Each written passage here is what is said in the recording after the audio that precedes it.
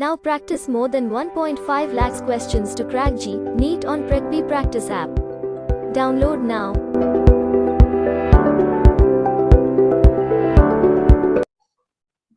Now tell me, मुझे नहीं पता है. Do you know the types of equilibrium? क्योंकि वो important है. Types of equilibrium. Not sure. What do we mean by equilibrium? When I utter the word equilibrium, तो आपको क्या समझ में आता है? जब कोई external force ना लग रही हो या फिर सारी external force balanced हो. Net force is zero. That is called as equilibrium. Very good. Translational equilibrium. तो तीन टाइप का इक्विलिब्रियम होता है. स्टेबल इक्विलिब्रियम सुना है नाम आपने? Unstable equilibrium and neutral equilibrium. Have you heard these words? See, suppose एक एग्जांपल लेके मैं समझाता हूँ. It will be easier for you to understand. सब have you gone to hills? आप कभी पहाड़ गए हैं? पहाड़ों में घूमने? हाँ. So when you drive from Delhi, there's like horizontal ground. Everything is flat. Yes. Fine. Then there might. So what happens? जैसे यहाँ दिल्ली से जाते हैं ना, तो पूरा फ्लैट रहता है, फिर तराई रीजन आता है, थोड़ा सा डिप्रेशन रहता है, फिर Shivalik, that is the initial Himalayan region होता है जो थोड़ा सा हाइट होता है, फिर वैली आता है, फिर मिडिल हिमालय आता है, फिर वैली आता है, फिर ग्रेटर हिमालय आता है, जो सब Everest and all. Fine. Right. Just to visualize. Now these are three bodies. All the अच्छा, I think अच्छा मैं समझ आ गया अनस्टेबल इक्विलिब्रियम क्या होगा. लाइक वो टॉप पे टेक्निकली इक्विलिब्रियम में है बट वो पोटेंशियल एनर्जी के साथ है, तो शायद वो तब अनस्टेबल इक्विलिब्रियम हो. पोटेंशियल तो सबके पास ही है, थोड़ा कम ज्यादा, ठीक है, लेकिन आप समझ रहे हैं इन चीजों को, ठीक है. So all the three are at rest. Net force on all the three is zero. But this is called as unstable equilibrium. This is called as stable. This is neutral. So what is unstable? बता देता हूँ एक बार. Unstable means when slightly disturbed.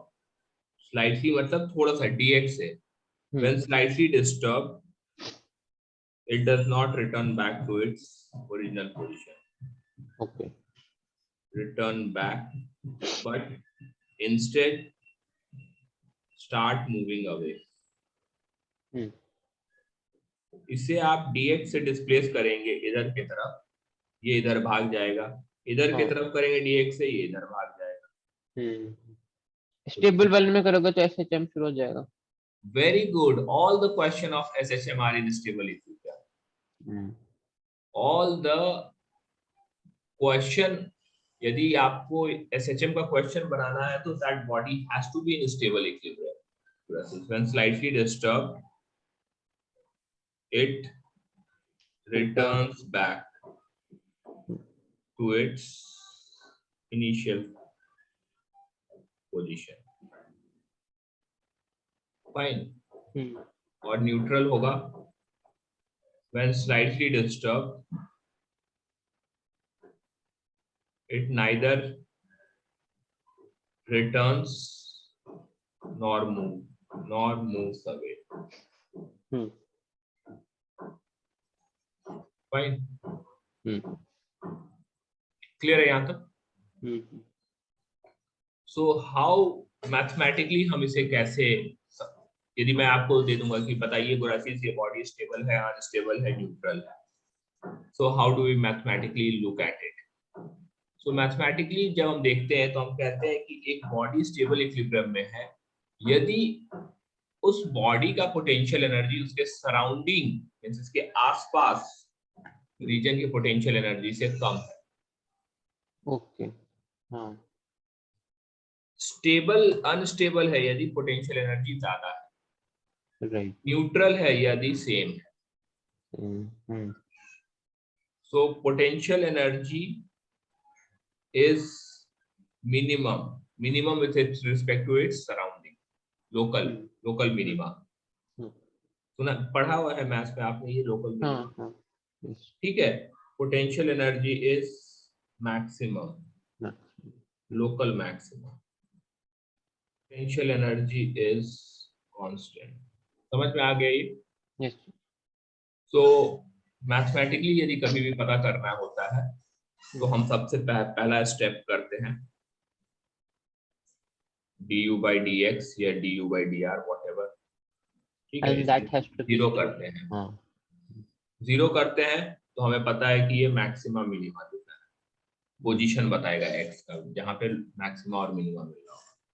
Step 2 में इसे इसे d double square difference bye dx square करते हैं positive और इसमें तीन कॉम्बिनेशन आता है कि यदि d square u by dx square greater than 0 हो गया तो ये मिनिमा होगा पोटेंशियल एनर्जी का, तो इट इज और यदि स्टेबल। पोटेंशियल एनर्जी का मिनिमा हुआ तो ये स्टेबल हो गया।